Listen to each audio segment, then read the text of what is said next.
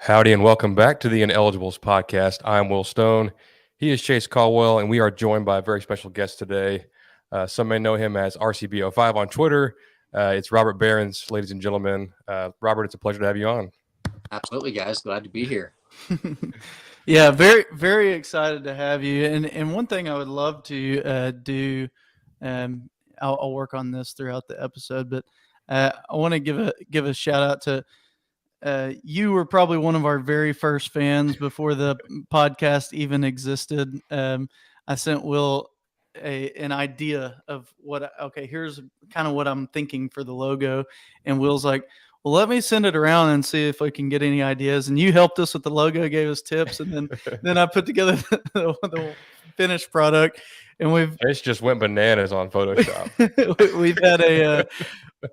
we've had a tweet just like waiting to send out for so long. The how it started, how it's going tweet, of like what the first logo looked like versus this one. But and I sort of like, because Will sent it to me, and I made some tweaks, and I told him, I said, well, I was like, I made it different. I'm not sure I actually made it any better, but here you go. Well, we appreciated it. Like I said, you've been a supporter since day zero, not even day one. So we appreciate it and love to have you on. And I feel like we're kindred spirits in some ways. So we'll get into that as the episode goes on. I'm just shocked that my first appearance is not anything uniform related. Yeah. Well, more on that later. Idea. Okay. Yeah, it was an idea we had in the off season, but we might say that for next off season. Yeah. After we're celebrating a championship. So I guess my first question for Robert is, it's like you've been in the Aggie Twitter sphere for quite a bit. You've done some great work for Good Bull Hunting. I guess like how have you gotten to the point you're at now? Does it feel weird that you? I feel like you have a pretty strong voice within Aggie Twitter. Yeah, I mean, you're right that I've been. I think I've been on Twitter about 9 years now. So I mean, it's not even as long as some people. Right. But it definitely is. I mean, just social media in general is a weird thing. Anytime you feel like you have any kind of notoriety on there, because like you're always like, it's not real. Like when I put down my phone, it's just me, my wife, and my son. When I go to the grocery store, no one's stopping me to ask me questions. Yeah. But I mean, but yeah, it's like it's I guess it's something that I have a lot of fun with, so that's why I do it. I don't do it to get followers or to get anything else. It's always been, I love talking about Aggie football. I love ragging on the Longhorns or ragging on other fan bases. So it's just always been something that I enjoyed. Right. And what was actually crazy was how much it's blown up, honestly, just in the past year. And a lot of that started with, I think the whole Texas and OU to the SEC thing. Yeah, really? Yeah. And it's one of those where, I mean, I think I gained a ton of Longhorn followers, unfortunately. So you kind of take the good with the bad, but I don't but it kind of just started snowballing. And I think I don't know the algorithms or the math to it, but I think there's just some kind of critical mass thing of once you reach a certain number of followers, and then your following's big enough that anytime you tweet anything, it does numbers and more people see it and you get more followers, and it's just kind of sure. Right. Well, I think people are joking all the time that they're it's you said this throwaway tweet that wasn't even funny and it got 1,000 likes. I was like, I can't explain it. Yeah. Well, I think Big Game Boomer put you on one of his lists, so it wouldn't shock me if you got some followers. Yeah, because I think that guy just tweets out just lists that he made in MS Paint. And it gets a lot of interaction on Twitter. It does numbers every time. It always does numbers. And one thing he does also that I've just noticed in the past month is, I think last week he put out his final SEC predictions, and so he'll tag a bunch of SEC accounts in the tweet just to try to get traction on it. And I was one of those. But what it means is that every time someone replies to that tweet, you're getting. Oh no! So so that was just I think and I'd been away for a couple hours over the weekend. I check into Twitter and it's just you're just scrolling it's just a bunch of people talking about Mississippi State. Yeah, that's hilarious. His Twitter just cracks me up just because he puts just random rankings out there that it's just what he feels like putting everybody, and people will retweet it, and then people will argue it back and forth. Like it just it's so it dumb. just cracks me up, like how much of a following he really has on that. But and then and you're right, that some of it, sometimes you're like, okay, I think he like made some of this intentionally bad just to get conversation going. But then there's other things where it's like he'll do like the top like 50 special teams coaches in college football, and you're like, there's no way this guy has an opinion on 50 special teams coaches. It's like having that was just like Googling who these names are. Yeah, that's great. Well, I guess I've been following you for a very long time throughout different. I've had multiple different Twitters through the years, like in different accounts. And for a while, I wanted an anonymous Twitter, just just in case. Yeah, and that was me for a long time too. I only put my name and face on there like a couple of years ago. Actually, it seemed like I remember you making that switch and all that. But believe it or not, and you'll probably believe it, but you and String both have like had an impact on things that we would do in the equipment room back whenever I was still a student. Like y'all would tweet stuff out, and we'd be like, "Oh, hey, we should mess with." Like we used to have a lot more fun with the TAMU equipment Twitter than they have in the recent years. But we used to intentionally like put something. We had this silver helmet for the longest time that we just put an A&M decal on, and we would put it in the background of a photo, and it would go crazy on TexAgs. And like we did all kinds of stuff just intentionally, but we would like, I remember one time we tweeted a picture of us holding a helmet that was just a fake, helmet, mock-up helmet that we had made up. And we tweeted it and then deleted it within 30 seconds. Oh my God. You talk about it went just chaos online. That's probably a 10-page thread on TexAgs. Oh yeah. But as much as like I appreciate like from a just principle standpoint how Jim was really streamlining the uniforms, and it's like that's not really the focus anymore. It's just got your home, your road, and that's it. Like I do miss those days of like when like y'all would tease something, or we'd randomly have like just the game day like bomb that we something new. Like that was so much fun. Oh, it was a lot of fun on the other end too, because we would know what's coming, but we're like, oh man, like people are gonna get so excited about this, and like y'all's push for the script Aggies has really like made it to where Montana will like intentionally make script Aggie stuff, and I'm like, hey, you got to send this out to people though, and I'll mess with them. No, I saw like they were trying like like this year a bunch of the guys have it on their back plates on their shoulder pads. Yeah.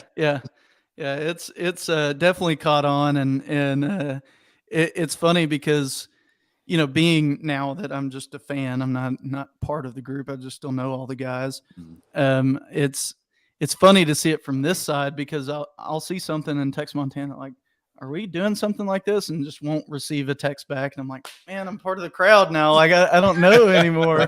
And, but it was so much fun. Like, cause you would think being just a fan, you're like, oh, they'll never see that this is something that we like or whatever.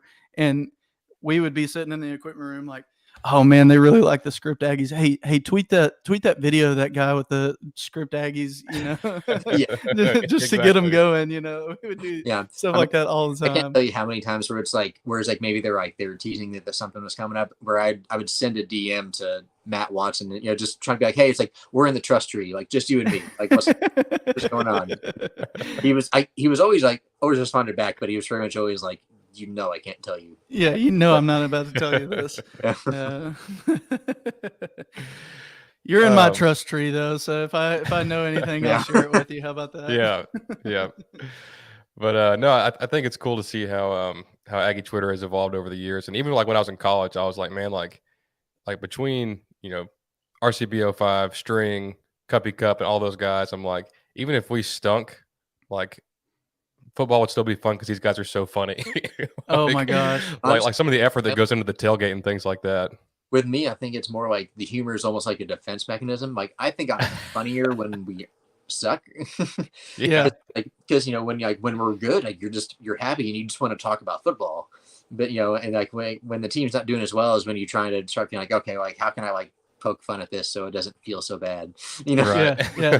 Oh man, your uniforms every year when you do like bowl game uniforms and stuff, that was just always the absolute funniest this past stuff. year. I was like just from that perspective, I was actually somewhat relieved whenever we backed out of the bowl game, just because I was sitting there like thinking about like what I would do for a fake bowl uniform, and I was like, it's a bowl we've gone to before against a team we've played before in the past 5 years. I was like, I have no good ideas.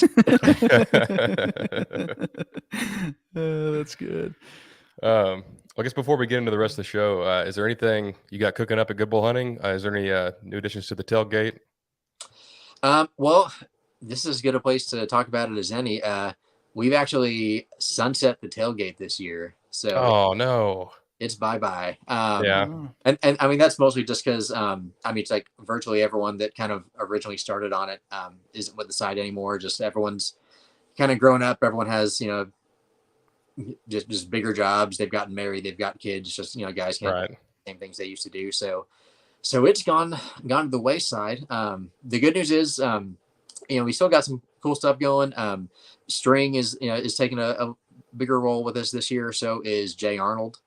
So Jay's cool stuff he's working on.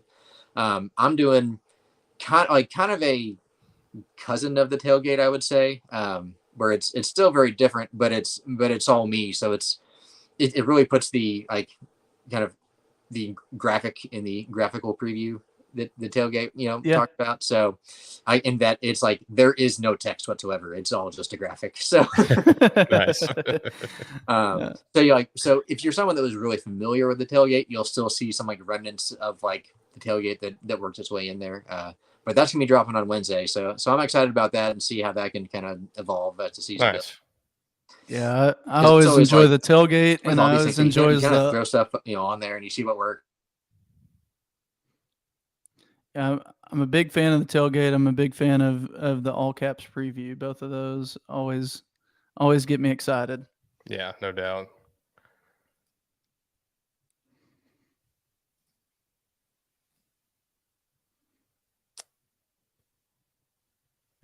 Hey Chase, am I frozen or are you frozen?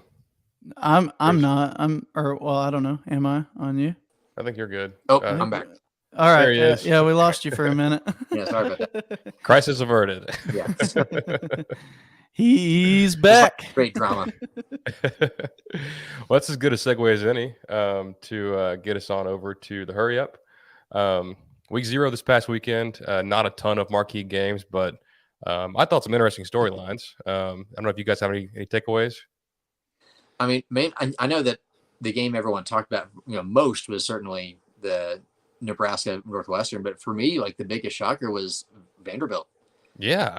Just because I know it's Hawaii, and and it's week 0, so you never know how much you can take away. But I didn't think Vanderbilt knew how to score 56 points. Yeah, exactly. So, and I know some of that was defense, but they're doing something right. Yeah, and early on, I think I was on the phone with Chase, and I got him in on the Texas Pick'em right before that game started, and he took Vanderbilt, and first drive Hawaii scores a long touchdown. I'm like, man, I don't know, it's not looking so good, but there's still a lot of game left, and Vanderbilt came back and just put it on, just put it on in the rest of the game, and it was definitely impressive from a team that lost to East Tennessee State last year, and it's kind of been a bottom feeder, but who knows? They may make some noise in the East now. They might even win an SEC game this year. They might. Yeah, the question really is, for the anchor down group out there, does Vanderbilt play better in the ocean? Because maybe it's just that they're landlocked in the Southeastern Conference, that they just play terrible here, and maybe they need to move to playing Hawaii and playing just coastal teams. Makes a lot of sense. I think Tennessee Stadium is on the river, so if that game is in Knoxville this year, look out. I need to see that breakdown of Vanderbilt's record in landlocked versus coastal states. There you go. Yeah, that'd be a good one for the tailgate. Yeah. From a uniform standpoint, are you guys upset with Vanderbilt's recent change in logo? Great question, Will. Oh yeah. And yes.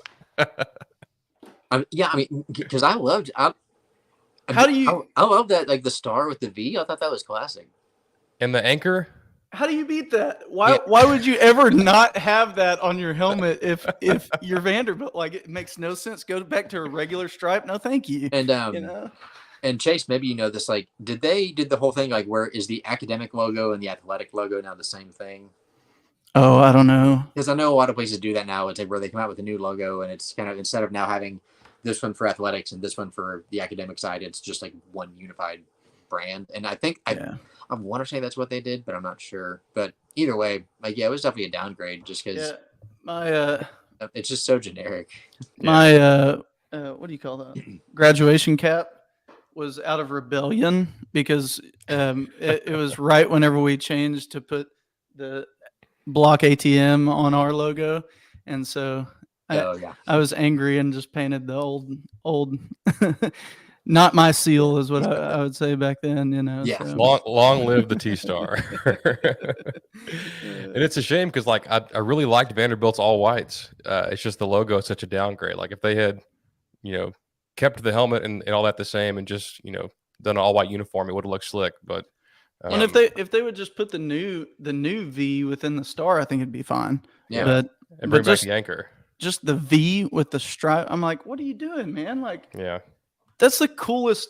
That is the coolest helmet decal that anybody has ever done in college football, and you got rid of it. Come on now. I also liked Hawaii's uniforms. It was real simple, but looked like more of a throwback. I don't know how to describe what I'm talking about here, but like the letters in Hawaii kind of like made like a it was like it was like an arch, like it wasn't just straight across. It kind of like went like in an arch across the chest. And, it was a cool look, and I thought that was going to be a competitive game there for a bit, but got out of hand there in the second half. I'll go a different direction for mine because I like Vanderbilt obviously is a big one, but I thought UConn was significant. They've been just so bad the last few years. Like, we talked bad about UMass on here a few weeks ago, and like UConn's been that level, like just absolute dumpster fire. Like, do they even want to play football anymore or play at this level anymore?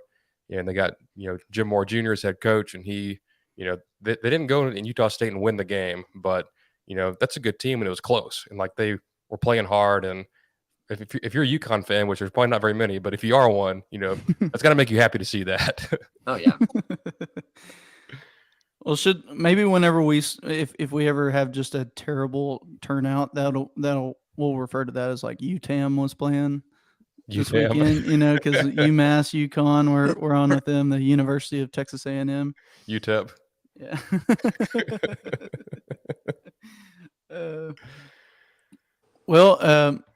Let's jump into this week, what everybody wants to hear about, right? It's college football's back. I mean, technically it was back this past weekend, but it's back in full force in a few days. Full force. So, oh my God. Yeah. I mean, because I mean, like you guys said, like there was college football that happened last weekend, but you know, this weekend we're gonna have college game day that's not via Zoom. Yeah.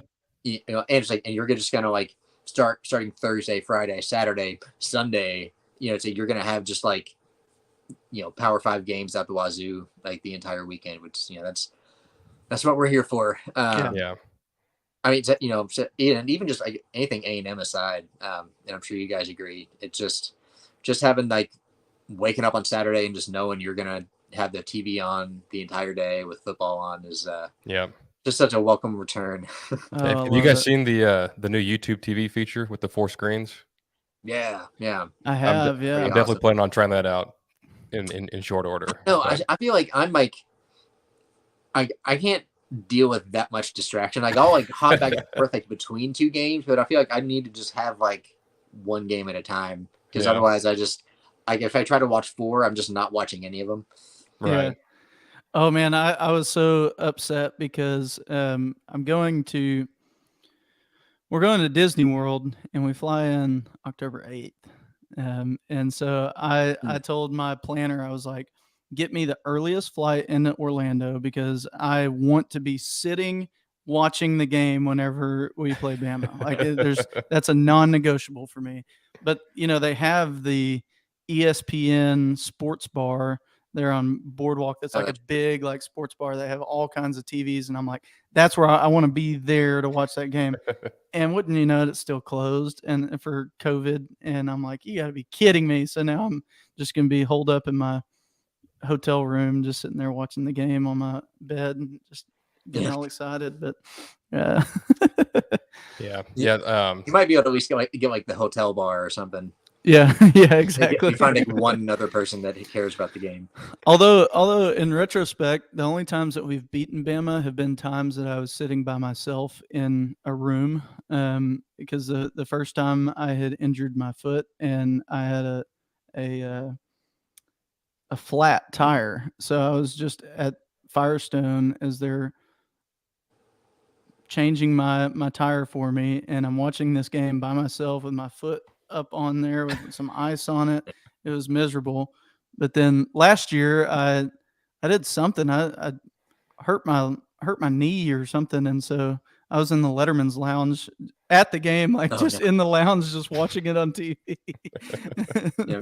I will tell you, like, one thing that I think, Twitter especially has kind of changed as far as my game watching habits. Was used to, either I was at the game, or if it was like a big game, then I was like, I wanted to like get people together, either going to a sports bar, or like having people over or whatever. Yeah. Nowadays, like if I'm not actually at the stadium, I am more than content, even like in a huge game, to be like sitting like on my couch by myself, just with my phone. If nothing else, because if you get too many people there like watching the game, especially if it's a lot of people that like they don't care as much as you do, right? In fact, you get like the Super Bowl effect of like half of them like aren't even watching the game, so, and then like you can't hear the announcers, and then I'm having to like filter my reaction because you have people that like if you are basically going to question your sanity if you react the way you actually want start judging you. Yes. Well, and that's what I've learned. I think I'm 0-5 now on watch parties at my house. I told Brittany that the other day. It is miserable because when we lose, it's just like my whole day is just shot, and I don't want to see anybody. I just want to sulk, in the corner. And when you have 10 or 15 people at your house after you lose, and they're like, all right, well, what game's coming on next? And it's like, leave. Y'all, everybody, you're no longer welcome out of here. my sight. Yeah, and like every game we've watched at y'all's place has been like a blowout. It was like 2019 LSU, 2020 Bama, Ole Miss last season. A few weeks ago, Brittany was trying to plan like one of the away games. She's like, "Oh, like we can go watch it at the Caldwells." I was like, "I don't know if we can." Like, there's some bad juju. Nope, not allowed to over here. You need to like have everyone over for like App State and just kind of like reset things. Yeah, that's a good thought. Kind of. Because then if we lose to App State, nobody will ever forgive me. That's true. I could be playing with fire. Yeah. I feel better about UMass. Are there any like as we get into the season, like are there any kind of big storylines outside of A&M that have piqued y'all's interest? It can be playoff, it can be anything. Like is there anything specific out there, outside of the Aggies?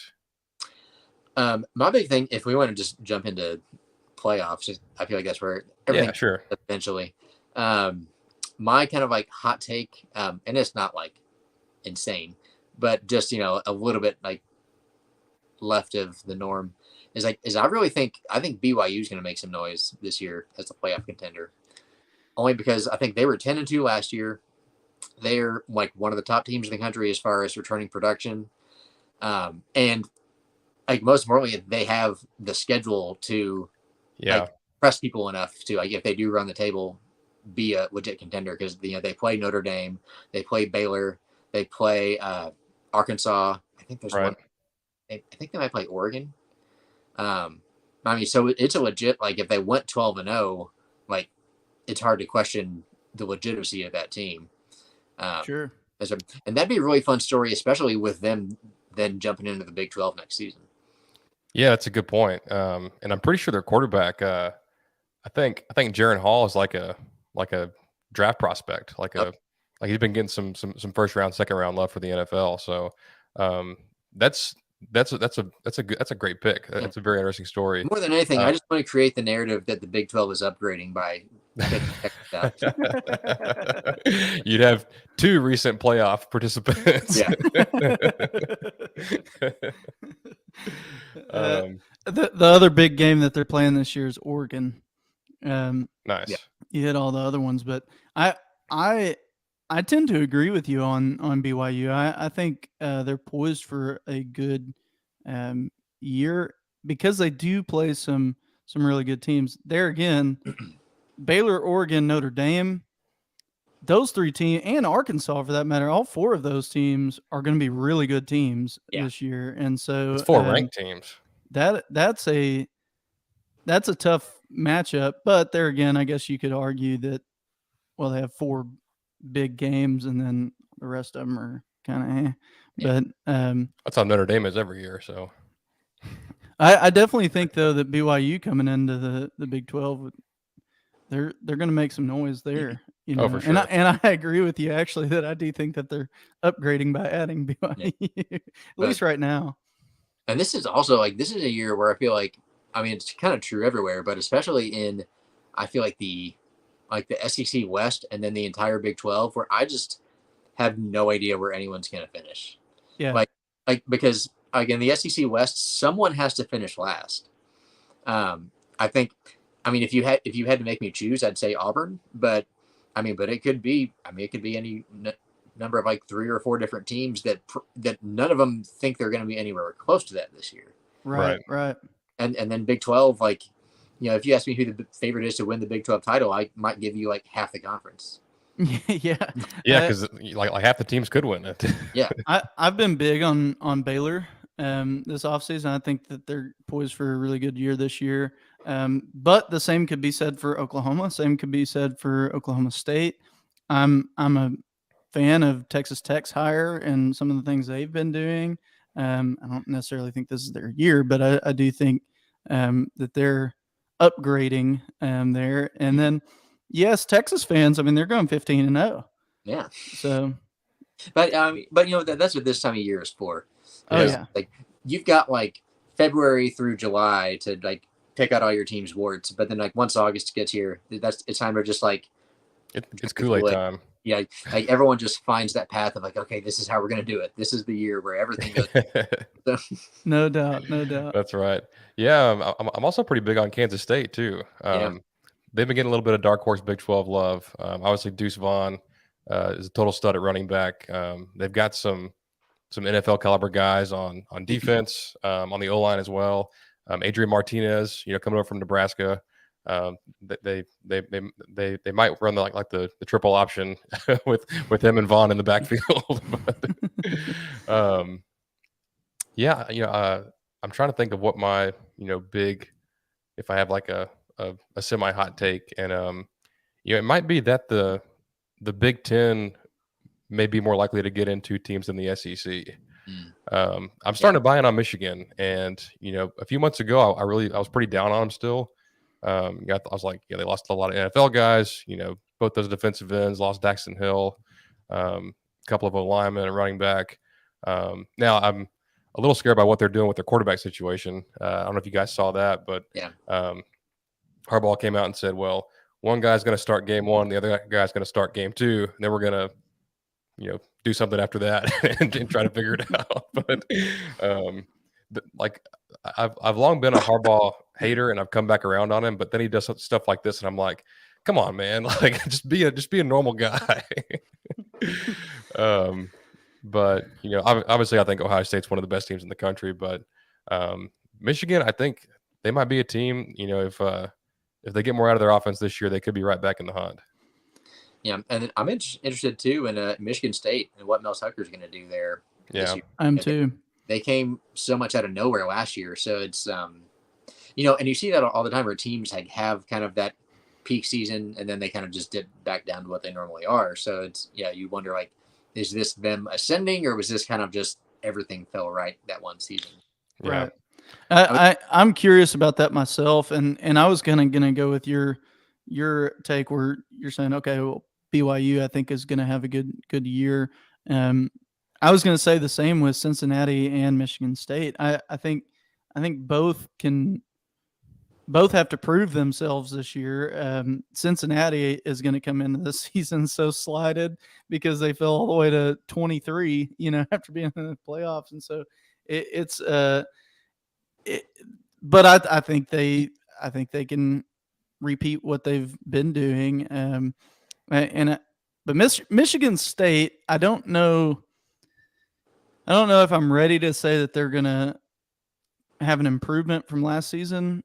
I would have to watch the first couple games and see, but I really, by midway through last season, I was so bought into Mel Tucker and just their running game and just everything they were doing that I do think that in the next few years, I do think they're trending upwards. So I maybe this isn't the year that they win the whole thing, but I think they're trending in the direction they're wanting to.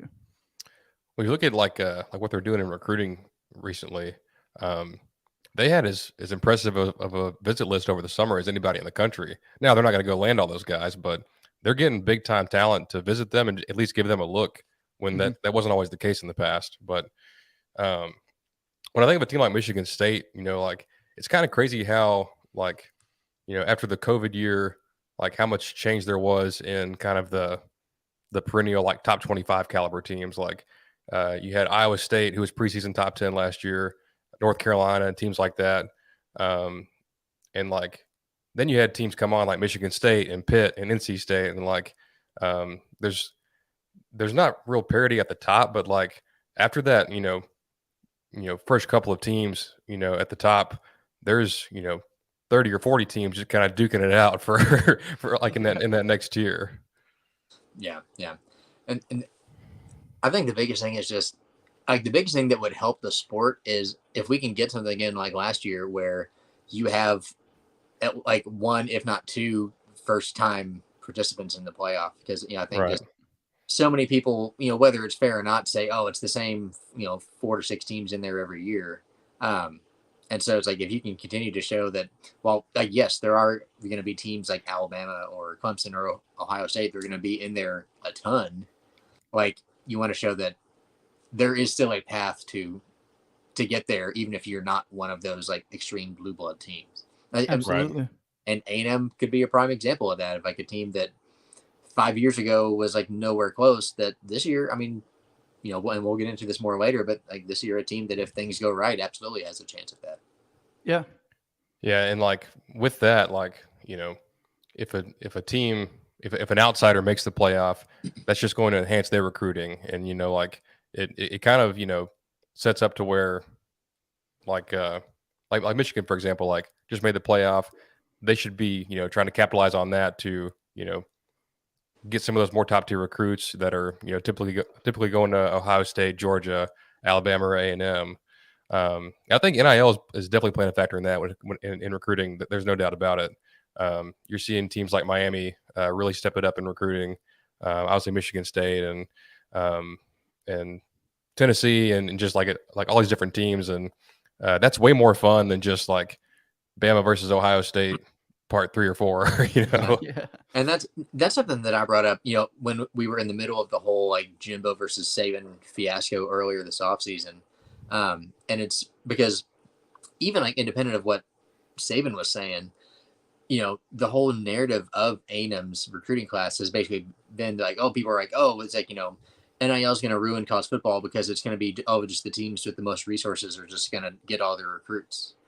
And I was like, you don't think Alabama and Georgia and Ohio State and LSU haven't had the most resources for the past like 20 years? Like it's always been the teams with the most resources getting the recruits. Like the only difference is like now you don't have to dump it into, 50 different like analysts on your staff. You don't have to dump it into a new locker room every 5 years. Yeah. Instead of like all these ancillary things where you're essentially just like laundering the money and like, to find a way to give a benefit to the players, you can just say, here's some money, come play here. You don't have to dump it into a Jack in the Box paper sack and hand it off or a children's hospital. Yeah. or whatever it was the LSU was doing.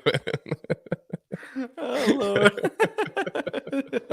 Well, Robert, you kind of alluded to this, so let's break down A&M a bit and tell us what are you excited for this season? What are your reservations going into the year? Give us your outlook on how our season is going to play out this year. Well, as I said earlier, it's like this is like the worst possible time because we're the week of the first game, so like like it's all just pure optimism. Oh yeah, but but this team, it really truly, like there's no reason to think that it can't be like a great season, and when I say great, I mean like 10-2 or greater. Yeah, right. Because everyone likes to rag on A&M and say, oh, they just go 8-4 every single year, but this time a year ago, even like those of us that were optimistic about what 2021 was going to be, I think most people said, okay, like our two question marks are quarterback and offensive line, because you're breaking in a new quarterback in Haynes King, you're replacing 4 or 5 offensive linemen, and then to compound that, to then lose Haynes King not even 5 quarters into the season, and like lose your center, have like multiple guards up for multiple games, and then you're starting two freshmen on the line. Like you had injuries at like the 2 areas you could least afford to have them at, arguably the 2 most important positions in football. Like to have all that and have, all due respect to Zach Calzada, but have a guy give you like sub SEC caliber quarterback play as we're in with the Auburn depth chart, for A&M to still go 8-4 and honestly in a position to have even done better than that if just the ball had bounced the right way a couple times. Like it's hard to not be optimistic, I guess, because you kind of look at, you're like, how could we be worse than 8-4? Right. Just based on, offensive line, there's no way we're not going to be better than that last year. Quarterback, there's no way we're not going to be better than we were last year. Really like almost every single position, whether it's because of just the depth already on the roster, or you look at that 2022 recruiting class and the guys that can come in and contribute right away. It's hard to not say that like A&M should be better than probably every team on their schedule but one. Yeah. Right? Yeah. It's, I don't know if we want to do official predictions yet, but it's, it's hard to like not look at this team and say like, there's no reason that they shouldn't be contending, whether that's for the SEC West or just, being in the top 10 in the country. Yeah. I think let's keep it on the offensive side for a little bit here. But like last year, quarterback and O-line, like you didn't have any depth, and if just the slightest thing went wrong, that was going to derail things. And many things went wrong, and it did derail things. Like even like after Calzada, you didn't have another quarterback that you could put in an SEC game. You really didn't have 5 linemen that you felt good about rolling out there.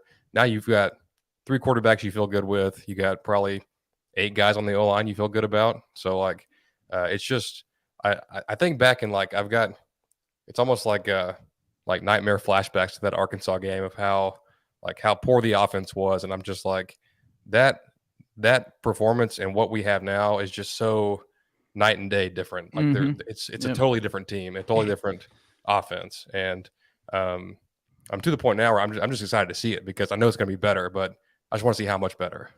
Well, I think that's what I could say about this season is this is the first time that I've really felt as if people just aren't paying attention. And that's funny to say when we're coming into the season ranked number 6, but it's people are looking at last year's team and expecting that for this year. And I'm like, no, you don't understand the puzzle pieces we were missing last year that we needed to get to this year to be able to put them into play. And so I think you see a complete transformation of especially the offense.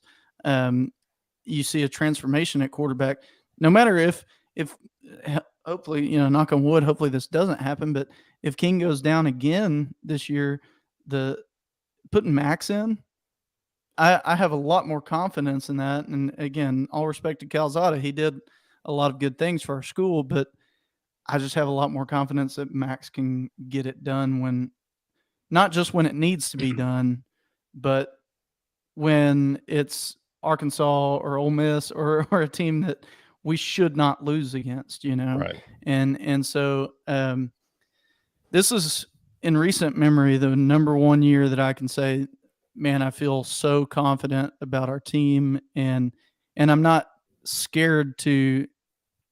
I mean, realistically, most times whenever it's this point in the season, I'm excited. I'm like, oh man, we're going to the ship this year, but it's at the same time in the back of my head, I'm like, yeah, well, we could lose to them. Oh, we'll probably lose to them. We'll probably lose to them. And this is the first time that I just confidence looking at the schedule. I'm like, we're better than them. We're better than them. We're better Right. than them. And I'm with you 100%, Robert, on that. We're better than every other team on our schedule except for Bama. Yeah. And that's just the way it is. So if the cards fall right and we're able to defeat Bama once again, hey, this could be the year, and I don't know. I have a lot of confidence that the team that we have currently isn't the same team that we're so accustomed to, of losing games we shouldn't lose and that kind of thing. We're going to go in and really do what we need to do. Handle business. But it's hard to say because, I mean, there's just so many, you identified the question marks perfectly at quarterback and at offensive line. And while me knowing the team in depth, I'm like, well, yeah, we got much better at both of those positions. I'm still a little bit, the realist in the sense of, yeah, but that's still unproven. We still have to prove that first. Yeah. Sure. I've got a question for you, Robert. In your years of following A&M, have you seen a freshman get as much like praise and recognition this early on as Evan Stewart? I think the only thing that comes close to it is Christian Kirk back in what was it, 2015? I think it was. Because you heard a lot of the same things of this, just that it was a guy that, obviously was crazy athletic, but the thing that people bragged on was the fact that like he came in, like he knows the playbook, he knows how to run routes, he knows how to be a receiver, and then he works as hard as anybody else does. So like I think they're very different players, but like Kirk is the one, like from the very beginning, that I kind of drew that parallel in my mind. It's just like what you're hearing about how people talk about him. Yeah, I think that's a perfect comparison. I think Myles Garrett's the other one, just because once again, just like, one of those players who just walked in the door, as an early enrollee, but just like ready-made to start in the SEC. Yeah. Yeah, and I would say Ricky Seals-Jones and Speedy Noyle were both very, very highly considered, those guys. And that to me is the biggest impression that I've gotten from this past year's recruiting class is each year we have one big 5-star that comes into the program, and we're just waiting for them to get their nod. It's Damon Demas or it's Jalen Jones. It's these guys that they were like, oh man, whenever he gets out there, he's going to change the whole team. We got 7 of those, in one class. Like that's never happened for us at all. And so that's, I think, the part that our opponents like to overlook and say, well, okay, yeah, you're going to be the same old. No, we didn't just recruit one 5-star wide receiver and then next year we're going to bring in one 5-star defensive lineman. It's like we got both of them in the same class, and oh yeah, we also got a 5-star quarterback, and oh yeah, we also got all these different guys at those positions, and so I think that's what I'm most excited about for that, is that we have so much talent just in one class. Well, I think that like the point about the work ethic is huge, because like we've seen guys with the raw ability that didn't want to put in the work and didn't want to like go through the grind of practice and do what it takes to be truly great and live up to it. But I think obviously it appears that Evan has that. But looking at the rest of the class, like maybe I'm just looking at this with maroon glasses, or it's just them just saying this, but that whole group seems very focused on, like, all they want to do is win a championship, and like they're going to show up and put in the work and do what it takes, and like their one goal in their mind is winning a natty. Yeah. Well, and you heard Jimbo talk about this on multiple interviews, talking about recruiting, which means he almost certainly said it to the recruits as well. He talked about, it's like, a part of his sales pitch was like, do you want to go somewhere and just be the next guy to do something, or do you want to be the first one to do something? Because the first ones are the ones that they build statues of and things like that. And so I think that's probably is something that he told those recruits on, is that like 100%. Yeah, you guys all come here and you'll be like the first team in 80 plus years to win a national championship that everyone always remembers, as opposed to if you go to Alabama, you could win 2 national titles and they'll just be like, oh yeah, great, just hanging on the wall. On your way to the NFL. Well, you weren't as good as the 2008 team, or whatever team that they want to compare it to. And I think to your point, Will, that you made earlier, is that we would have guys that may not have the work ethic. They would come in and then they would kind of be lackadaisical, but they were able to. They could, because even if they didn't put in the work ethic, they're still the best receiver that we have on the team. I mean, that's how fair. Speedy was. Speedy was he was a very hot and cold type guy. Sometimes he was on it and he was out there just doing whatever. Just the best player on the field. And then there was other times where he was in the room playing Xbox while everybody else is headed to practice, and it's like, hey, come on, are you gonna practice today, or what's going on? But he knew that there was nobody that was going to be better than him. He wasn't going to lose his spot. The talent that we have now, you don't know that. I don't care how good you are. You're like, well, these other guys are just as good as me, so I need to continue bringing it every day. And that's the biggest key to, iron sharpens iron, and competition breeds competition, and those kind of coach speak items is truly when you can't be complacent or you will lose your job, that forces you to be better. And I think that's, at least I like to hope that that's what we'll see. Right. Yeah. And I think like just go, position by position with that class. And it goes hand in hand. Like, I think if there is a weak spot in that class, it was linebacker, missing out on Harold Perkins. Mm-hmm. And I think that translates to the field this year that, if probably the only position, if you ask me like, okay, if we lost a starter at this position, like, how would you feel? Like, linebacker's the only one where I'd be like, oh, well, that might get dicey. Yeah. Like every other position, I'd be like, no, like, plug and play, let's go. Right. Yeah, I agree with you 100% on that. Well, and I'll add a caveat there. Obviously, running back is a little bit different, just because even though we have talented guys, we don't have anyone else that does, but A-Chain does. Yeah. Oh, for sure. But linebacker, I made this point a couple episodes ago, I think, that it's been the A&M joke for so many years that can he play linebacker? Just because we needed depth at the linebacker position, we almost never have it. It's one of those positions that it's hard to have depth there, because you don't want to allocate a whole bunch of numbers to a position where only two guys might play. But at the same time, one of the things that I've seen since Jimbo's been here is we didn't have to rely on our linebackers to make every single play like we did when someone was here. It was like break or bust, or make it or break it with our linebackers while someone was here. And I just haven't felt that way with Jimbo. And it might be because we've had great linebackers, but even knowing that, that's one that if we lose a guy or two, suddenly it's going to get dicey. I still feel confident that, hey, we'll be okay. We've got the talent around those guys to where defense isn't even something that I'm even remotely worried about. Like it's just, we have such great talent that we're going to have a wonderful defense, Yeah.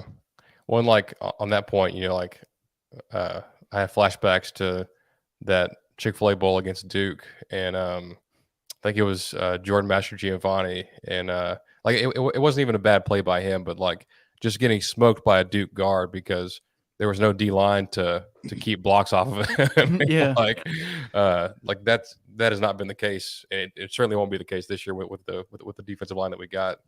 Yeah. I know. I heard something from David Pollock this past week where he was talking about A&M, and he said something that I actually agree a ton with. He said how like it seems like everybody is either like hot or cold on A&M because you have, on the one hand you have like Desmond Howard predicting A&M is going to win the national championship, but it's people either think they are going to like ascend and actually be a contender, or people say no, they're Texas 8-4. There's no like in between opinions. But he said he was like. It's like, but honestly, it's like with the way A&M is recruited, he's like at a certain point that gets hard to screw up. Yeah, no doubt, doubt. It's like you'd have to be really bad at your job to not win with those players. So. And that's kind of the point that I thought about as I said that I'm not even worried about the defense. Is Jimbo's supposed to be this quarterback whisperer, offensive coach, and since he's been at A&M, all he's done is just recruited, just brought in crazy defensive guys to where it's almost like no matter who you got as a defensive coordinator, it's hard to screw it up with the amount of talent that we have at those positions. And then Jimbo can focus on, okay, I need to focus on the offense and get the offense going. And so I can understand the sentiment towards A&M of thinking that we're not going to do anything with the talent that we have. But what cracks me up is when people say, oh, well, classic A&M, they're going to have all this talent. They're not going to do anything with it. And it's like, but no, we've never had this talent before, we went 8-4 with 8-4 talent. Now we have 10-2 talent. If we keep going 8-4 with 10-2 talent, okay, I get that. We haven't ever done that before. It's always been that we had pretty good classes, but not elite classes. And the last 4 that we've had were elite. And my favorite, I go to this all the time, is your tweet when you broke out this past class, and it still would have been number 4 and number 7 or something like that if it was 2 separate classes. and like that to me is like mind-boggling to me because it's like technically the best 5 classes that we've had in A&M history have come over the last 4 class cycles, and they're all on campus at one time. Well, it really was essentially 2 recruiting classes at once. Yeah, exactly. And I'm sure you guys have seen this from people out there, from several people in the media. And I don't know why they can't just do a simple Google search, but there's so many people out there that are saying that A&M lost their entire front 4, and they're going to be relying on the true freshman guys, this season, and that's just so silly. Like, there may not be a single true freshman start on the D line. Like, they're going to play a lot, don't get me wrong, but you've got 3 former top 100 players there that are in their second or third year. A guy like Fadil Diggs and Isaiah Rakes, who are third-year players and grown men in the trenches, and those guys have played a ton. Coming in having never played before. Yeah, just because that's the way defensive line is. You have your starting 4, but you don't just play 4 guys on the line. No, not at all. Right. And sure, you're going to see freshmen get in the mix because they're just too good to keep off the field. But to say that we're relying on them on the D line is just false. But I'll be honest. Like, go back to January, February, going into the offseason, I was like not concerned, but like slightly just kind of curious about the D line this year because those 4 guys we lost had played so much in the past. And like who was going to really step up and take that next step?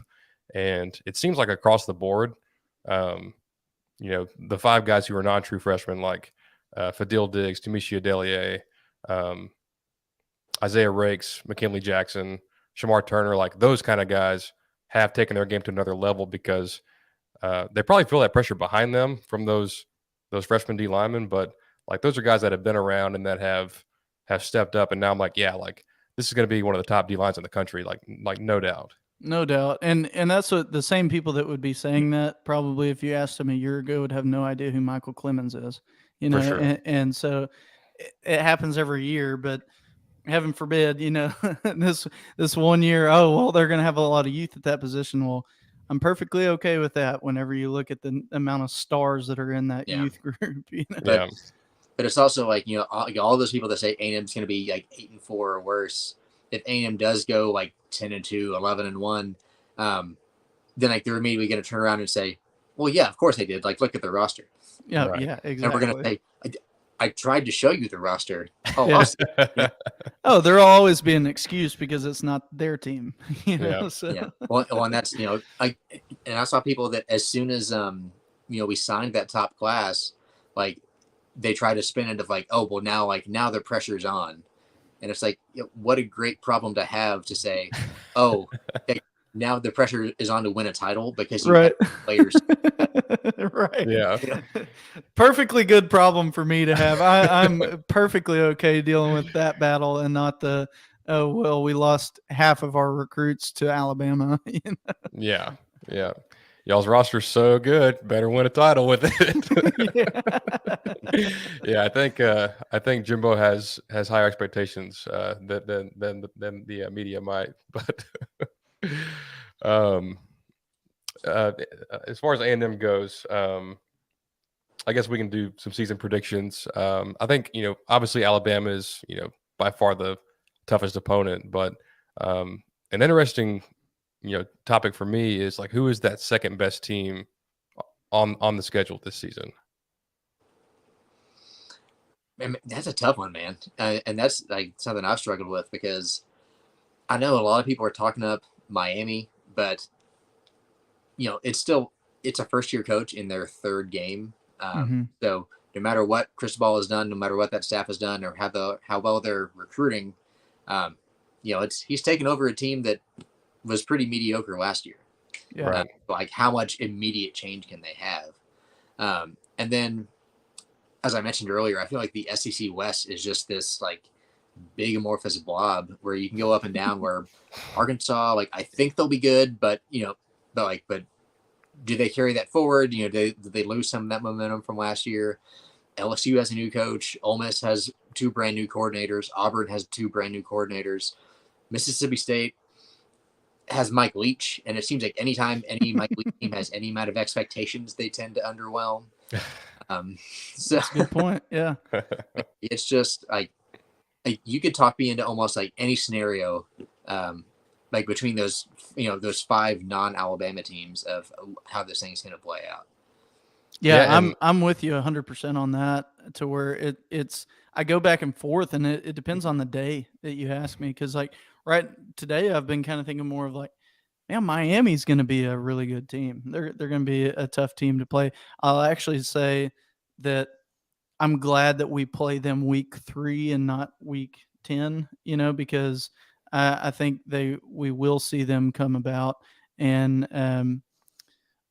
I have a lot of confidence in Arkansas. I don't know what it is. I wish they weren't as good coming into the season as they are, but I think that they're the real deal. Mississippi State, complete wild card. You got the Leach wild card. You got for some reason they beat A&M all the time wild card. I mean, it'll probably be 11 a.m. over there. Yeah.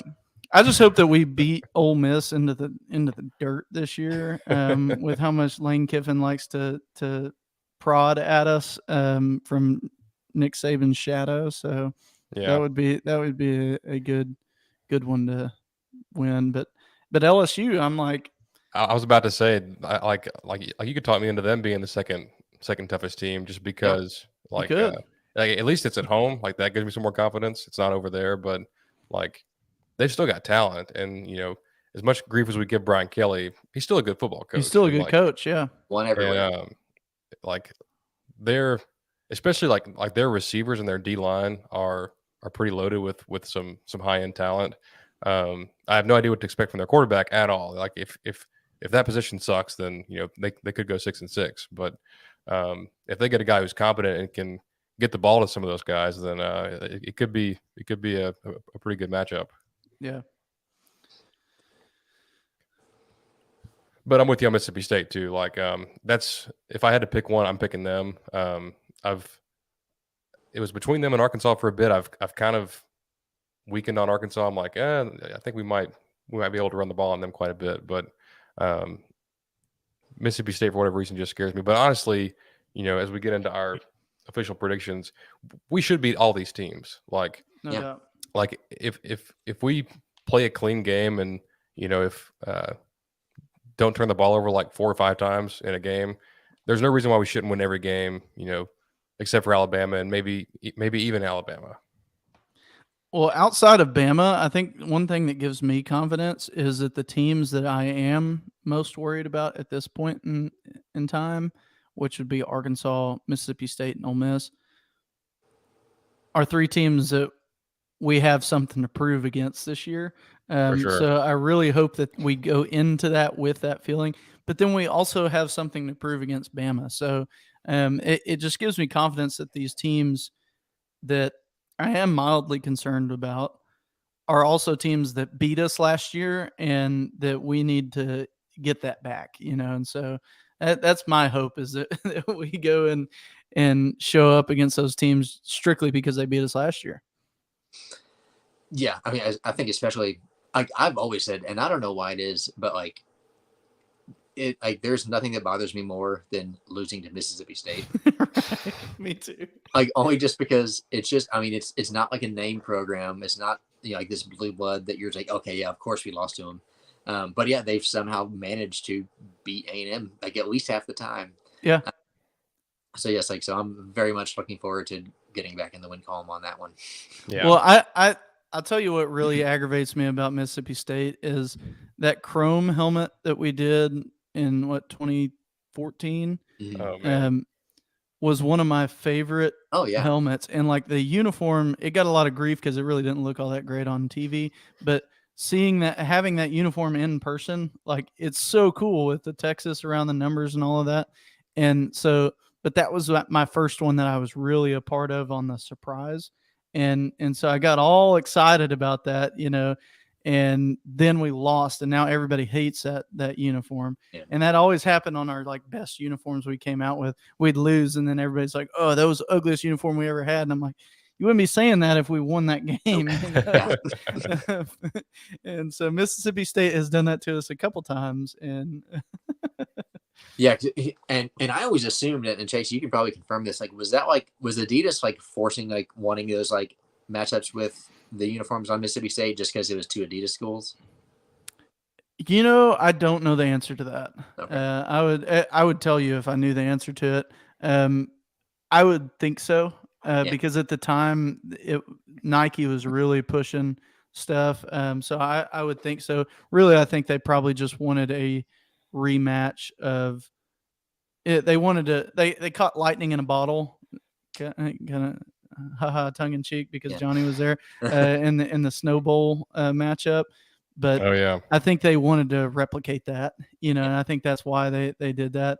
The other part of it was just I think partly because our logos and colors are so identical that it made a distinction. I think that played a part into it too, but I don't know if there was anything specifically from Adidas that really pushed that or not.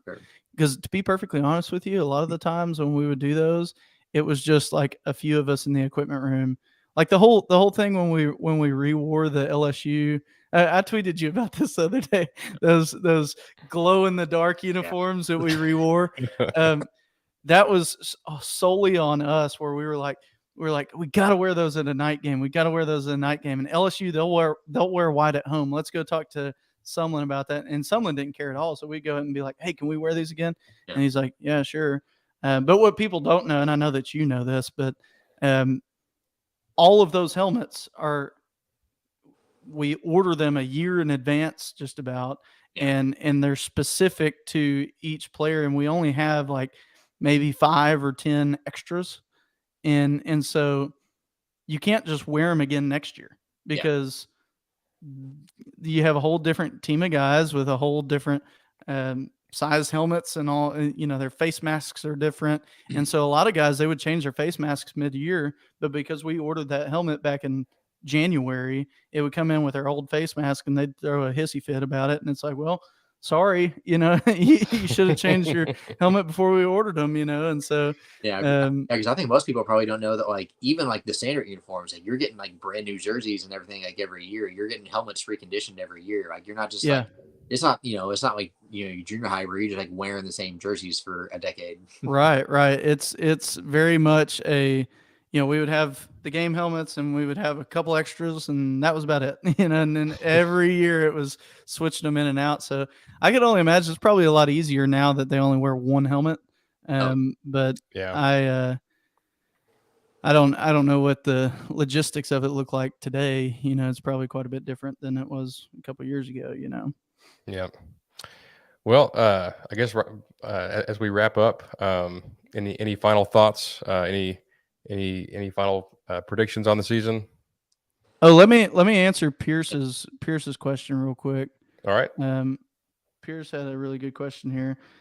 Are the three teams I'm concerned about? Am I concerned just because they beat us last year, or am I concerned? I'm not concerned about them just because they beat us last year. I'm concerned about them from the standpoint of they're all good teams and they all bring consistency that the other teams in the SEC don't. And so those are ones that I'm concerned with just from, Mike Leach teams. They're complete and total. You don't know what you're going to get. You might get what we got last year and they just beat us up, or you might get a dud, and then run the table on them. So it's those teams are just teams that at the present moment in time, I think are the top tier of the SEC West. And it just so happens that we lost to them last year, which gives us a little chip on our shoulder going into playing them. And I love to have a chip on my shoulder going into playing a team that is going to be a hard team to beat, so versus if we would have beat Arkansas last year and we go in to play them this year and they're, potentially the second best team that we play, then we're not going to play up to them because we're going to be playing saying, oh, well, we beat them 9 years in a row. It's just Arkansas and we'll kind of doubt them. But this year we don't have that because we're like, no, man, we beat them 8 years in a row and then they beat us. We need to beat them, Yeah. Well, and like all those games are in a row, which is going to be difficult. So yeah. Well, anyways, back to what you said. Is there any other things you want to say, Robert? Any other things that we didn't cover about the season that points we should make? Man, I'm just excited just to get the season started, just because I feel like the first few weeks in some ways are like the most fun part of the season, only because like all these things that we talked about here for the past hour, like half of this stuff a month into the season is just going to get thrown out the window. This can be no doubt.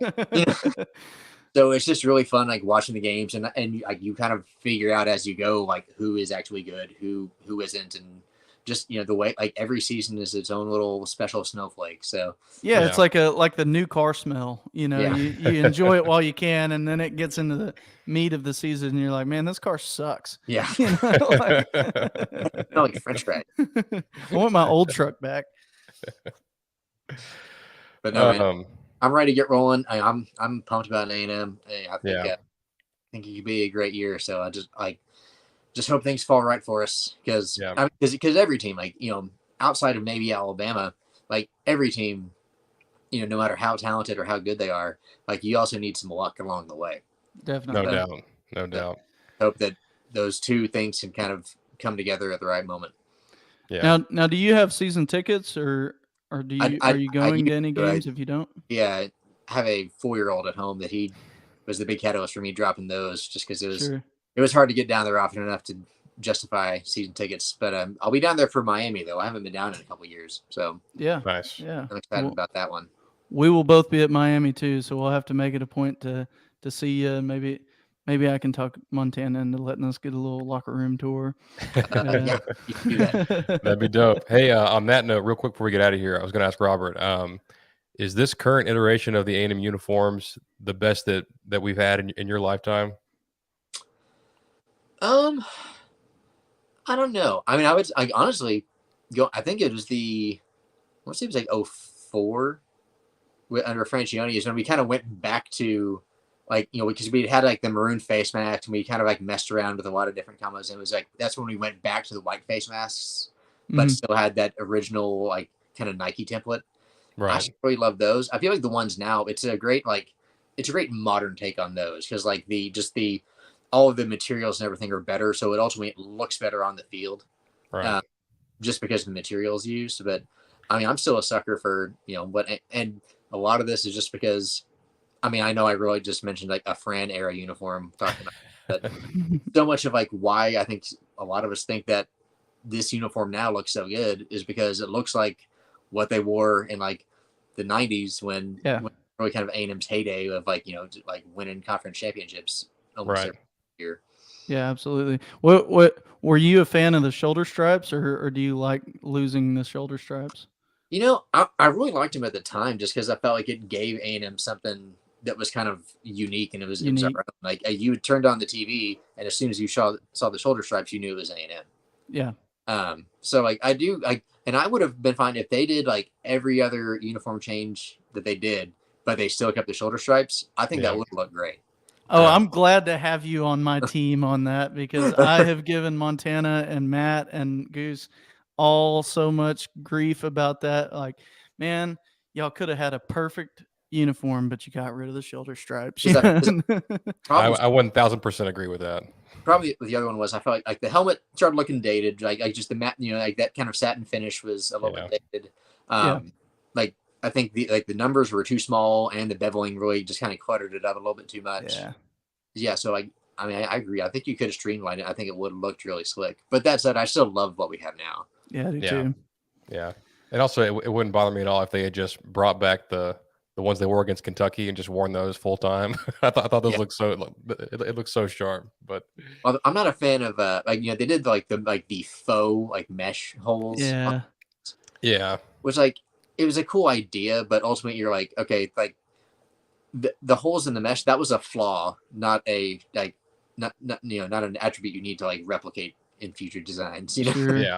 Yeah, but Matt is a lot like probably you and I are, because I know you're with your Photoshop skills and mine, that I the artistic piece, it's those little fine details that really make it, and so Matt is very big, and that's why all of our throwbacks have been so good, because Matt's such a big time A&M football historian that he wants it to look perfect, and a lot of times it looks as close to perfect as possible. And I've talked to a lot of people about that, because people point out like like alternate uniforms that Adidas has done for other schools that like were just terrible. I always said, it's like, I mean, part of it is like having someone on the school side, because Adidas can design something and some places will just say, yeah, that looks great, let's do it. So it's like but it's having people on the staff that know like what they want their school to look like, that can say no, or can can give pushback and can give feedback. For sure. But A&M's always had. Yeah. There's one more question that comes from my wife Brittany. She asked, how many pairs of maroon shoes does Robert own, and did he scoop the Adidas Boosts? I did not get the new ones. No, I don't know. I wasn't sold on them. Because I'm really, as much as like, I mean, I talk about shoes all the time. I'm actually pretty picky about what I buy for myself. So I'll talk about a lot more shoes than I actually buy. But I think I have 3 maroon pairs. So I have one, second the like Adidas Nike, that is it's like a white pair with the maroon stripes. I have some maroon NMDs, and then I have my newest pair that I just got earlier this year. I have the Bordeaux Jordan 1s. Oh, nice. Oh, nice. Breaking with the school brand affiliation. Sure. I'll tell you what, the Adidas Ultra Boosts are by far the most comfortable shoe I've ever worn in my lifetime. I need to get some new ones, because the ones I still have like 3.0s from 2017, and so they've definitely like bottomed out, because like they're still comfortable, but it used to be that I like wear some other shoes over the course of the week, and then I'd throw those on, and you'd just be like, oh my gosh, I forgot how comfortable these were. Now they're kind of you just put them on and you're like, yeah, they're fine. I've got 2 pair from 2012, and back. Oof. I mean, they look like dad shoes, really, but oh my God, are they the most comfortable shoes? And I'll wear them all the time, and I'll look at pictures of myself wearing them. I'm like, man, I look like somebody's grandpa out there in those tennis shoes, but man, are they comfortable? It doesn't matter.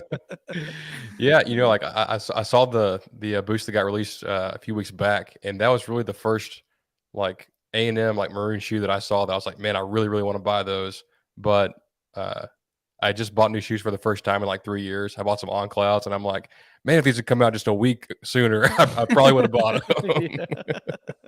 Yeah. Well, that's even for me, even to someone who is like a sneakerhead, and I buy like probably 2 or 3 pair a year. So I'm not like ridiculous, but that's a lot more than the average person buys, certainly. Mm-hmm. But even with that, like I'm still pretty judicious of like, something will come out and I'm like, oh, I like it, but like, I know this other thing's coming out in like 4 months, and I really want to. Gotta hold off. That's how I am with my iPhone right now. I'm like, I need a new one really bad, but I'm like, I'm not about to go buy one a week and a half before they release the new one. You know, I might as well just wait to the new one. I'm with you on that for sure. Well, shoot, y'all. It's game week. This was a great episode. I'm fired up. I know you guys are fired up. Robert, I appreciate you coming on. It's great to have you. Yes, thank you. If your schedule allows, I might try to get you back on at some point during the season, maybe after a big Bama win or something like that. But this was definitely a lot of fun. Yeah, guys, this has been awesome. So thanks for having me on. It's been long overdue. Yes, thank you for joining us. If you don't already, which if you're an Aggie fan, I'm sure you already do, follow at RCBO5 on Twitter. And thanks again for joining us. And by the way, one thing that we didn't mention, but I'll just mention it before we go, Haynes King is officially our starting quarterback.